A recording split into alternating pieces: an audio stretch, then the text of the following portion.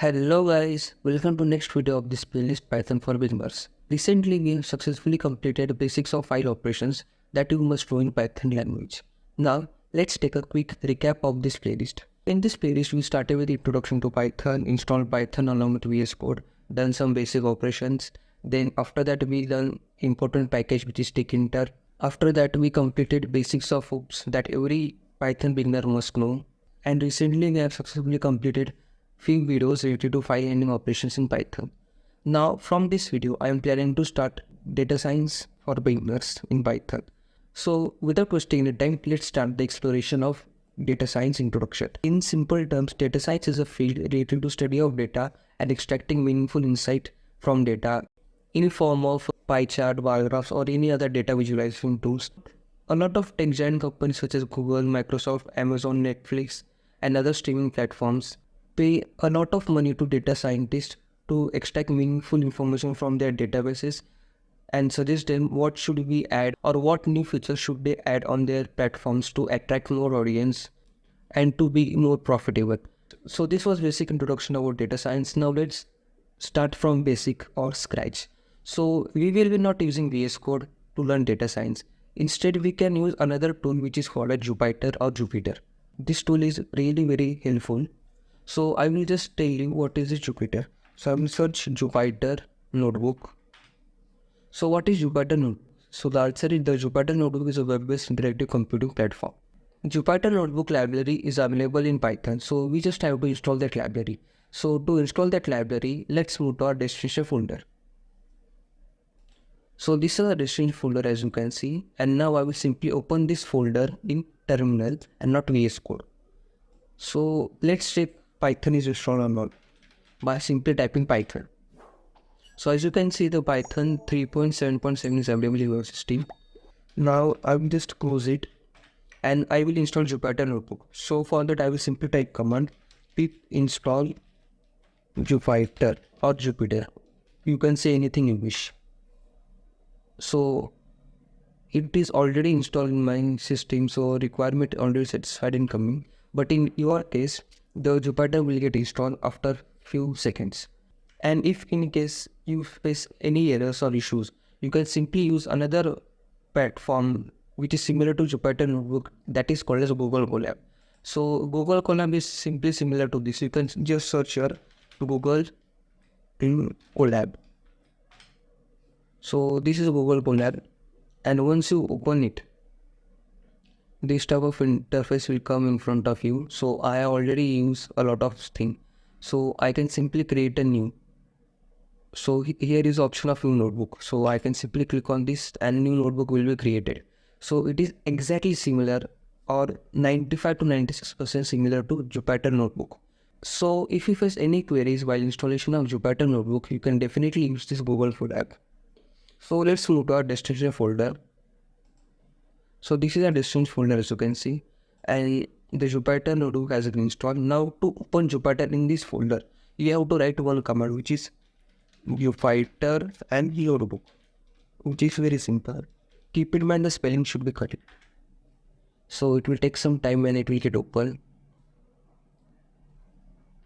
So this is the user interface that has opened in the folder. So means the Jupyter Notebook has opened in this folder. So now you can simply click here new, and in your case there will be one option which is Python 3. So just click on the Python 3 and new notebook will make it open. So let's explore about the user interface first. So this is the title. So this is untitled, which is recent title. You can simply change the title by clicking here, and let's say I would write the name as introduction to, let's say, DS, which means data science. Now we'll click on this rename button and the file will get rename as you can see.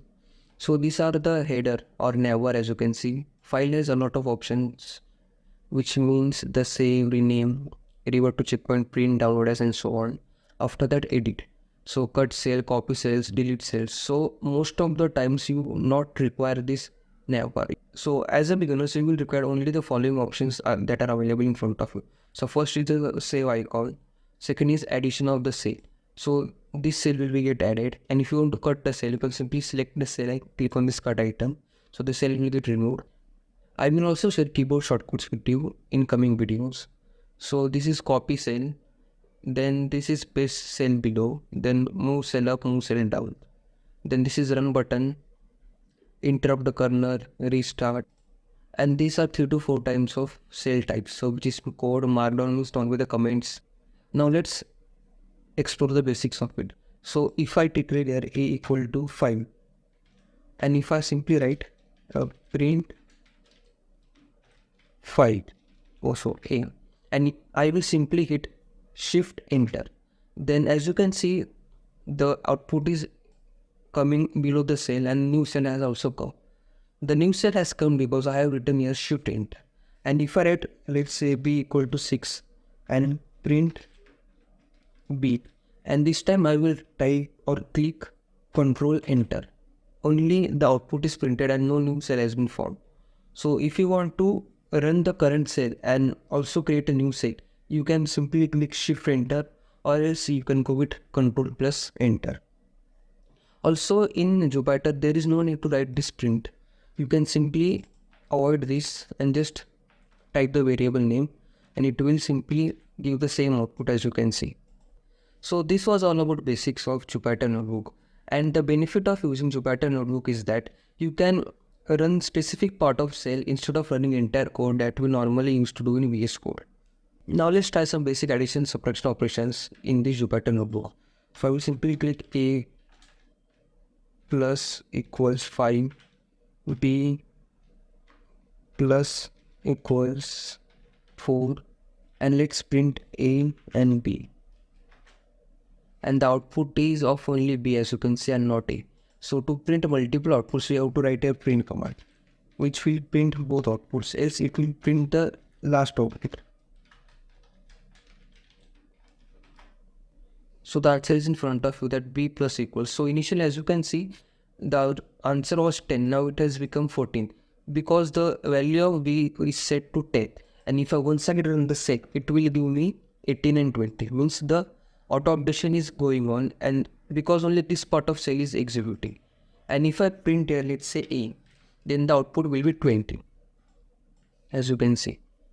So we can run specific part of cell multiple times to get more output. And see, if I just write here a plus 10, or let's say a plus equals 10, then this cell will get executed. Now the answer should be 30 here. So let's test that, and along with the 5, so it should be 35. And as you can see, the answer is 35. So what we did is that we create a blank variable here, then we added 5 to that variable 3 to 4 times, and after that in new cell I have added 10, and after that I run the previous cell. So the value of a will keep on increasing whenever we run this cell. So this was all basic about the Jupyter Notebook.